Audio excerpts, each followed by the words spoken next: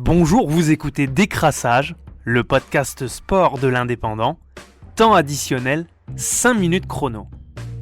Ce week-end, on disputait le deuxième Grand Prix de la saison du championnat du monde de Formule 1.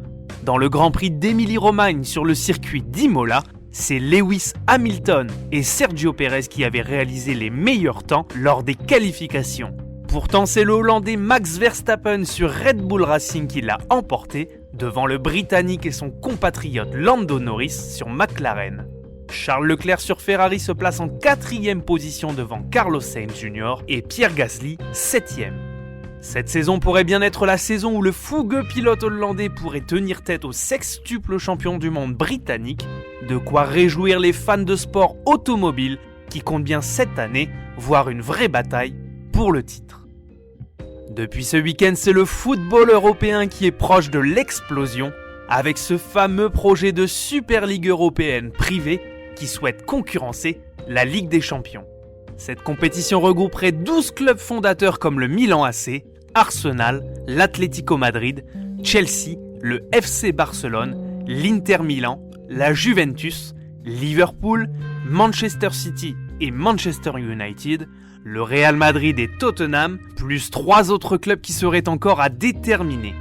Ils seraient tous qualifiés d'office chaque année pour disputer la compétition en compagnie de 5 autres clubs invités.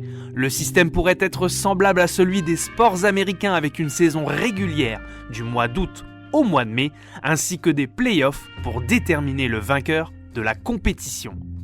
Chaque rencontre pourrait avoir lieu en milieu de semaine, entrant directement en concurrence avec la Ligue des Champions et rapporterait même plus pour les clubs en termes de retombées financières que la compétition historique de l'UEFA, remportée à de multiples reprises par les clubs fondateurs de cette Super League. Aucune date n'est prévue, mais les clubs seraient prêts à la commencer le plus tôt possible sous peine d'exclusion de la Ligue des Champions organisée par l'UEFA. Le Bayern Munich et le Paris Saint-Germain ont été approchés pour intégrer ce projet, mais les deux clubs ont pour l'instant décliné l'offre. C'est donc une affaire à suivre de très près et l'UEFA se réunit aujourd'hui pour tenter de contrer cette initiative avec une nouvelle réforme de sa compétition phare pour 2024. C'était Décrassage, le podcast sport de l'Indépendant. Rendez-vous lundi prochain pour un nouveau tour de l'actualité sportive du week-end. Bonne journée à tous.